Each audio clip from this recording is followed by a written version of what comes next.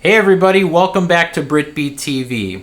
Last week we started a new series of shows where we take a closer look at the BritBeat guitar collection.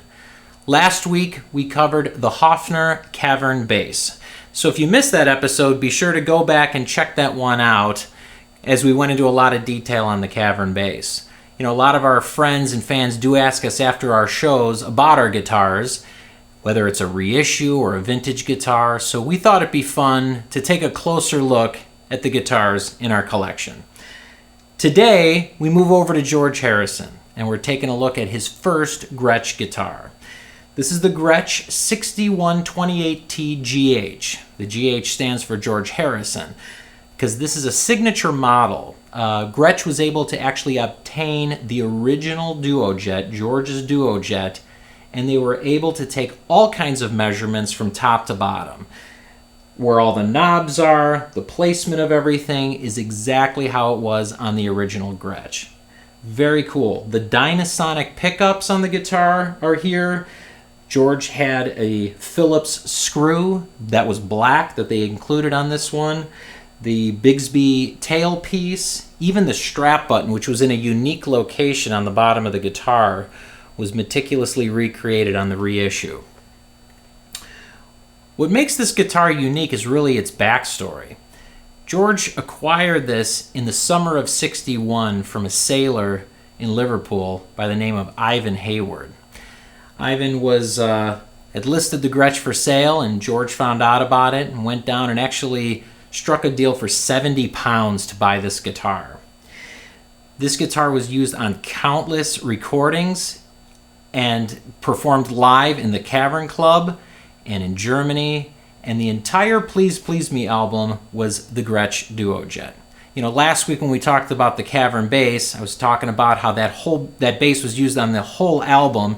Well, the same goes for this Duojet. So all of those signature licks on I Saw Her Standing There, P.S. I Love You, Do You Want to Know a Secret, those classic Gretsch tones come right from these Dynasonic pickups on this Gretsch Duojet. One other unique thing about this particular guitar is actually an appointment of how it's painted. A little quick story and little Beatle lore. In the 50s, Gretsch had painted their guitars where the top of this particular Duojet model would have been black, but the sides and the back of it would have been a dark walnut. And we happen to have a second Duojet in our collection, which shows off how that would have been. So the back of the guitar and the sides and the neck are all a darker walnut. This is exactly how the guitar would have appeared when George acquired it from Ivan. But when John painted his Rickenbacker 325 all black, George wanted to follow suit and wanted to match John. And we're going to go into the Rickenbacker 325 in a future episode, so stay tuned for that. But on this particular model, the sides, the back, and the neck are all black, just like George wanted it. So, which makes this guitar super unique and very cool.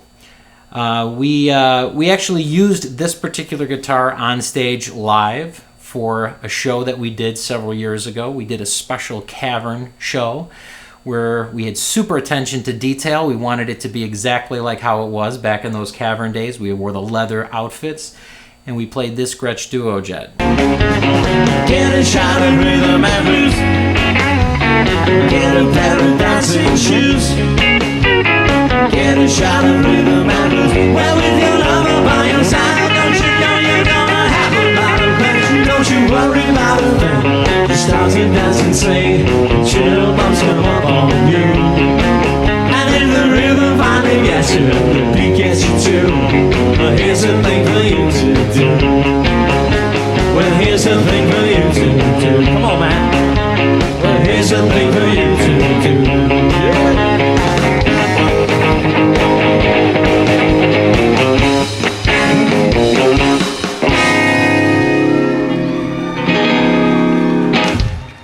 We hope you got a closer look at the Duojet today, and join us again next week. We're going to take a look at another one of the BritBeat guitars, and we appreciate you joining us. Peace and love, everybody.